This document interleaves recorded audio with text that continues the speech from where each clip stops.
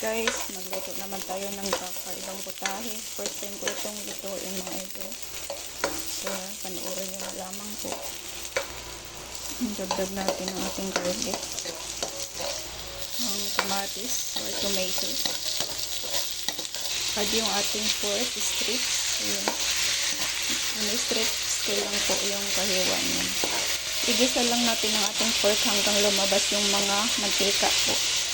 So, tubig muna yung unang lumabas niya. Nagkakatas pa siya bago ito lalabas yung mantika. Water muna before yung mantika ng ating pork. Hayaan lang siyang matuyot yung water nito, yung katas ng ating pork, no? Ayan.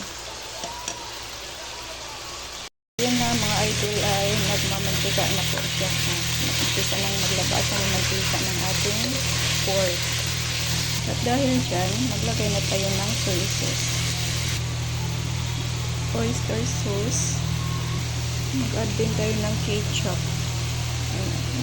Ketchup. So, continue lang natin pag-isa hanggang mas lumabas pa yung mantika ng ating karne. Mag-add tayo ng black pepper. So, ulitin ko ha. First time ko po itong niluto mga idol.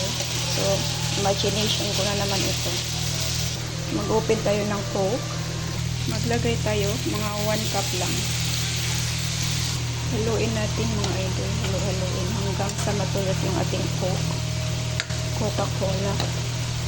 At dahil sinipsip na ng ating karne yung coke natin, Coca-Cola, maglagay na tayo ng sabaw para pampalambot.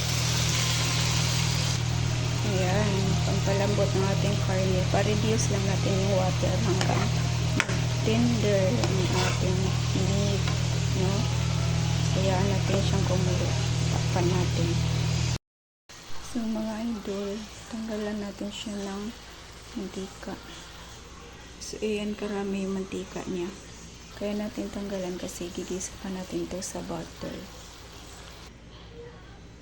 Ngayon, i-separate muna natin siya.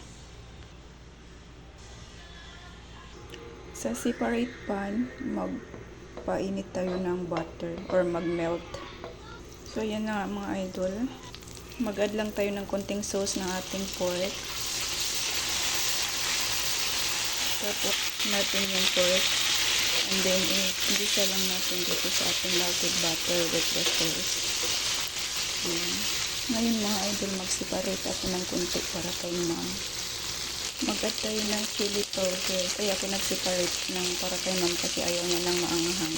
Ayan po, chili powder. Mag-add din tayong sili optional. I-add natin yung remaining na sauce. So, ito na mga idol ang ating finished product ng ating pork. Panoorin nyo lang yung full video nito kung gusto niyo ng makita yung ating mga sangkap at mga procedure. Thank you so much.